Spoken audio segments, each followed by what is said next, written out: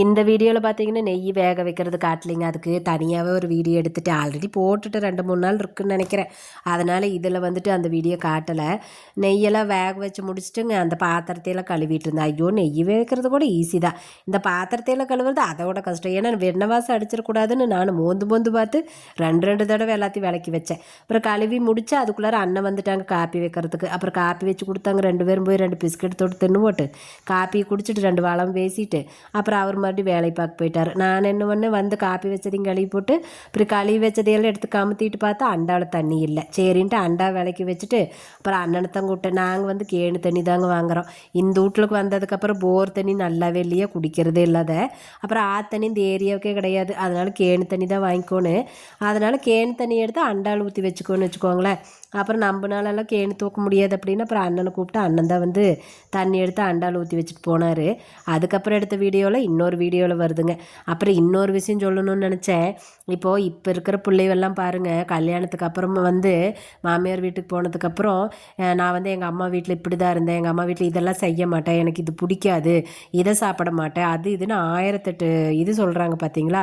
அந்த அனுசரித்து போகிற விஷயமே வந்து நடக்க மாட்டேங்குது நிறையா வீட்டில். நான் பாருங்கள், சின்ன வயசுலேருந்து எனக்கு நெய்யே பிடிக்காது. எங்கள் அம்மா வீட்டிலலாம் நெய் இருந்துச்சு. ஏன்னா நாங்களாம் மாடுங்கன்னு வச்சுட்டு விந்தி தான். அதனால் எங்கள் அம்மா வீட்டிலலாம் நெய் இருந்துச்சு.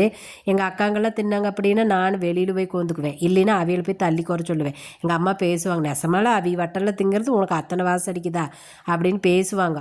அப்படித்தான் இருந்தேன். கல்யாணத்துக்கு அப்புறம் பார்த்தீங்கன்னா நம்மளுக்கு நெய்யுக்கு வேலையே இல்லை. அப்புறம் அரி பிறந்ததுக்கப்புறம் தான் இந்த தயிரெல்லாம் யூஸ் பண்ணுறதே.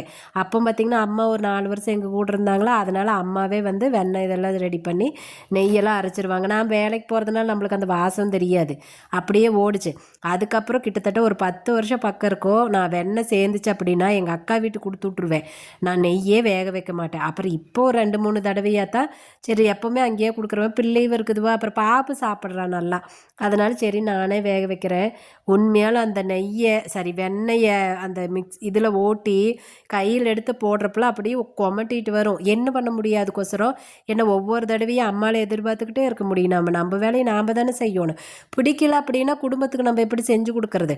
அப்படியே ஒம்மட்டுனாலும் பரவாயில்லைன்னு அப்படியே தான் பண்ணுவேன். அதே மாதிரி நெய் வேக வைக்கிறப்போ அந்த வாசம் வருமில்ல, எல்லாரும் அது மணம்பிங்க. எனக்கு அது நாத்தமாக தான் தெரியும்.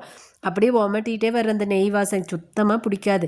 ஆனாலும் எல்லாத்தையும் நான் தான் பண்ணுறேன். அதுக்காக என்னங்க பண்ண முடியே, நம்ம வீட்டு வேலையை நாம் தான் செய்யணும். நம்ம பிள்ளைகளுக்கு செய்ய வேணுங்கிற எண்ணம் இருந்தால் இந்த பிடிக்காது எனக்கு வராதுங்கிற அந்த பழமையே வராதுங்க. ஆனால் இப்போத்த பிள்ளைங்க தாங்க இது எல்லாத்தையும் சொல்கிறது. தயவுசெய்து அம்மாங்கெல்லாம் பிள்ளைகளுக்கு சொல்லி கொடுங்க, போகிற ரோட்டில் இப்படித்தான் இருக்க வேணும் அப்படின்னு.